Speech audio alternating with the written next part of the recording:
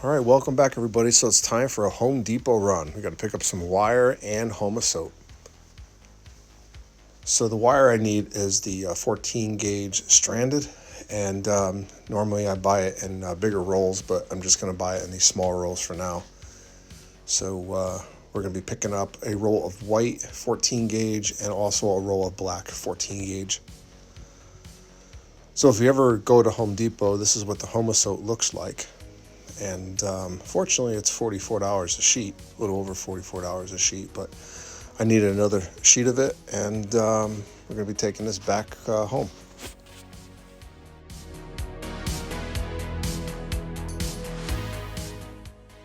All right, so now what we're going to do is we're going to drill the holes for the tortoise switch machines, and I'm using this template. So we're going to be using a 1/4 inch drill, a 3/32 drill, and what I had to do is mark the center line, and I also put the iron in the center, and I marked with my pin vise, which is that right there.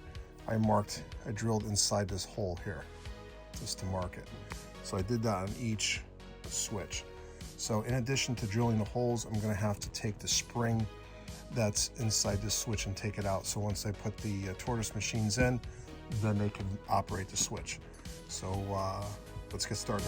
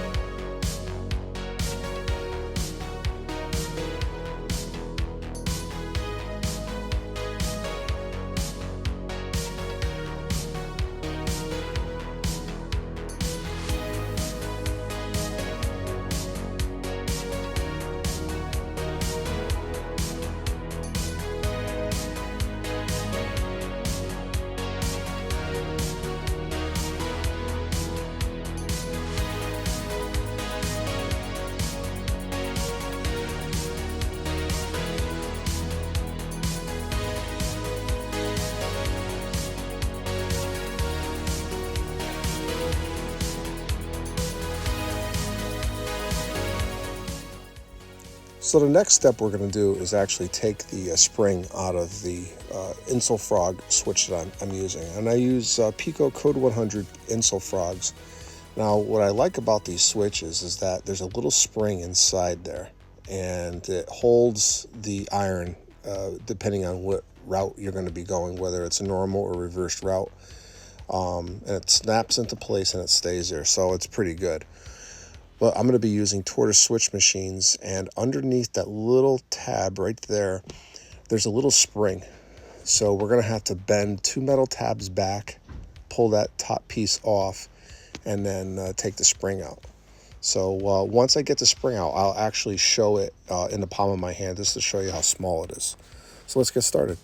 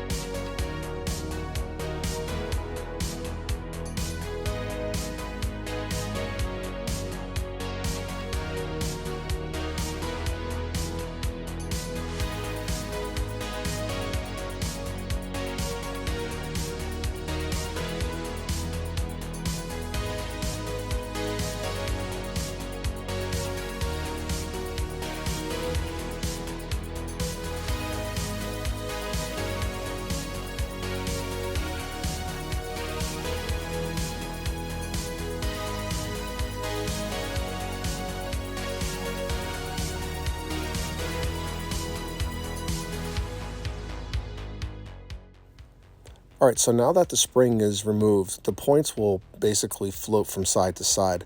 And the reason why I pulled the spring out is I can't have tension on those points while using a tortoise switch machine. So it definitely helps by removing the spring.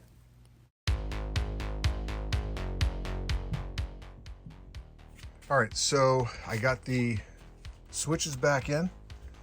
They're all been permanently secured down. I got all the holes drilled. So these are all ready for the tortoise machines. I almost said Peco machines, but these are going to be the tortoise machines. So I did that both for the inbound and outbound yard. And so the entire yard is ready. So now the next step is I'm going to be putting all the feeders in. I have all the holes drilled. So now I'm going to get all the feeder wire ready to go.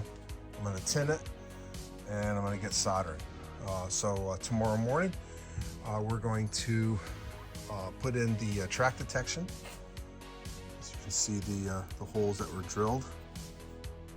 Focus that. All right. So those are going to be going in tomorrow, and then we're going to put the tabletops on. I'm going to build all this bracing tomorrow. So I have all this wood right here. We're ready to go. So let me get started. Well, it's Saturday morning, and my friend and I were able to put up more supports for the tabletops. And now what we're going to do is actually take the tabletops and put them back on.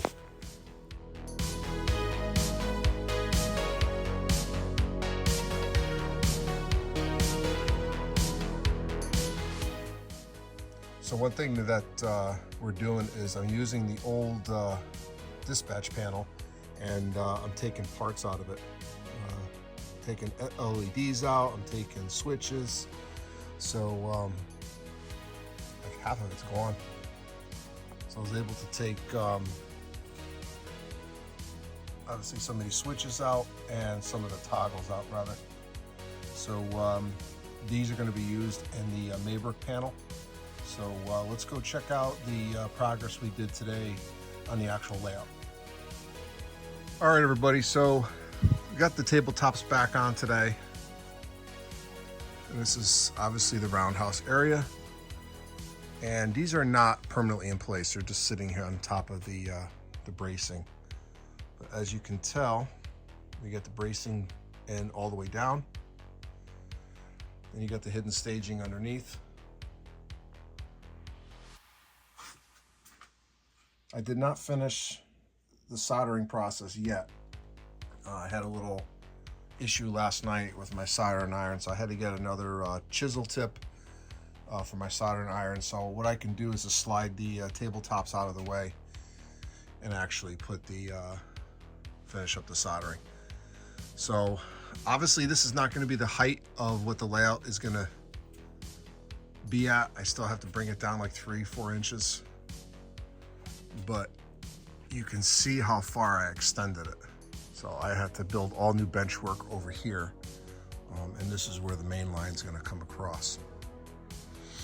So far so good. I'm definitely making the progress that I need to make to get this thing up and running. I'm hoping my plan is by the end of summer to have trains running. We'll see how that goes. But so far so good. So what I gotta do now is I gotta clean this basement up. I've been doing a lot of work in construction and everything's a mess. So I gotta clean everything up, regroup, and then get back into the construction phase again. So question for my viewers. The original layout had a 90-foot turntable. I never get a chance to buy that. Actually, my friend that is helping me with the construction of this actually bought it, so it's on his layout. But I do have a 130-foot turntable. So my question to everyone is, should I put the 130-foot turntable in, or do I put back a 90-foot? My concern with putting the 130-foot in is I'm going to be limiting to some of my track work here, but I don't know. I haven't decided yet. Part of me's leaning, I'm like half and half. Half of me's leaning towards the 90-foot, the other half is leaning towards the 130-foot that I already have. So I don't know, we'll see. But yeah, so far so good. Still have quite a bit of work to do. All this cork has got to come up, and I have all brand new corks that's going to be going down. And yeah, so we're going to continue on, but this is going to be the final installment of this layout update. So what I'm going to do for the next layout update, I got to make a list of what I actually have to do as far as my list of items I have to do as far as soldering and putting in the track detection. We drilled some more holes for the track detection. That's going to be here.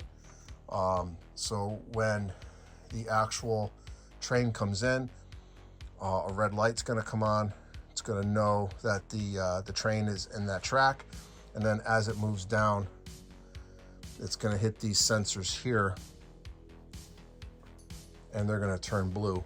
Once it gets past the first part of the yard track, then that red light will go out and all the blue lights will be illuminated, showing that there's a train sitting on that track.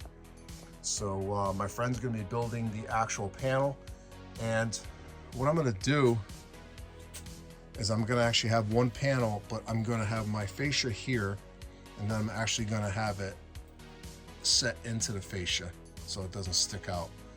So it's gonna be a simple panel that has the yard on it for the staging, and then the crews can work the switches right from that panel because it is a yard panel. So, but this is it for this layout update. Hope you enjoyed it. This is Rod at Haven Rails. If you haven't already, hit the subscribe button, hit the like button, leave a comment. I do respond to all the comments. Let me know your suggestions on the turntable. Curious to hear what everybody thinks. So if you haven't heard already, I will be presenting a a clinic on how I move this layout and what I've been doing, and it's going to be pretty good. So it's going to be at the New England Prototype Meet in Springfield, Mass. I'm not sure the times yet. They haven't told me yet, but I will be presenting on how I moved at Huntington and Hartford. So again, this is Ron, New Haven Rails. Thanks for watching this video. Hope you enjoyed it. Leave a comment, hit the like button, hit the subscribe button, and I'll see you at the next layout update. Have a good one, everybody.